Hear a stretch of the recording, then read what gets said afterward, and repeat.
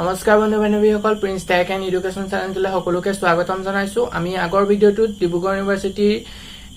admission আৰু B.Ed form ফিলআপৰ ওপৰত তিনিখন নটিচ আছিল আমি সেই নটিচ কিখনৰ ওপৰত আমি আলোচনা কৰিছিলো যদি আপোনালোকে মোৰ এই ভিডিঅ'টো চোৱা নাই তেনেহলে মোৰ আই বাটনত ক্লিক কৰি আপোনালোকে মোৰ এই ভিডিঅ'টো চাব পাৰিব আজিৰ ভিডিঅ'টো আমি UGC এটা গুৰুত্বপূৰ্ণ নিউজ পাইছো মই সেইকাৰণে আপোনালোকৰ লগত শ্বেয়াৰ কৰিব বিচাৰিলো সেই নিউজটো মই আপোনালোকক দেখাই দিম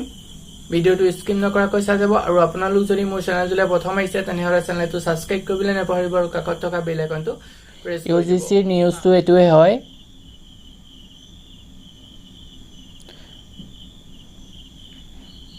Times Now নিউজত প্ৰকাশ পাইছিলে নিউজটো cancel final year university exam 2020 92% student want UGC exams to be cancelled 92% student UGC যেটো exam semi final semester exam হেতু cancel কৰিব লাগে বুলি এটা পোল হৈছিল হে পোলটোত 92% student ভোট দিছে ইয়াত কি কৈছে Supreme Court verdict would be announced most likely by tomorrow and UGC exam guidelines and whether final year university exam 2020 should be cancelled or conduct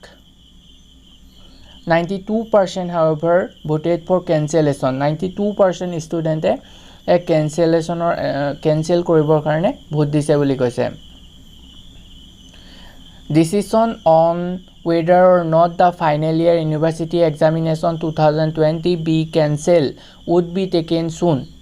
even as lakhs of students wait for Supreme Court verdict on UGC case the consensus on what students want is clear in a poll conducted by timesnownews.com 92% of the respondents voted for the examination to be cancelled as many as 42,972 votes were cast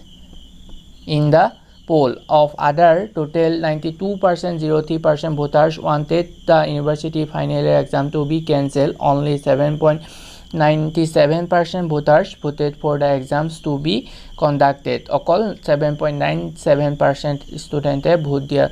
exam হোৱাটো বিচাৰে আৰু এতিয়া আপোনালোকে কি বিচাৰে exam হোৱাটো বিচাৰে নে নিবিচাৰে তলত এটা নিশ্চয় কমেন্ট কৰি জনাবলে নাপাহৰিব আৰু এই ভিডিঅ'টো ইমানেই আছিল যদি ভিডিঅ'টো ভাল লাগিলে লাইক কমেন্ট আৰু শেয়াৰ কৰিবলৈ নাপাহৰিব ধন্যবাদ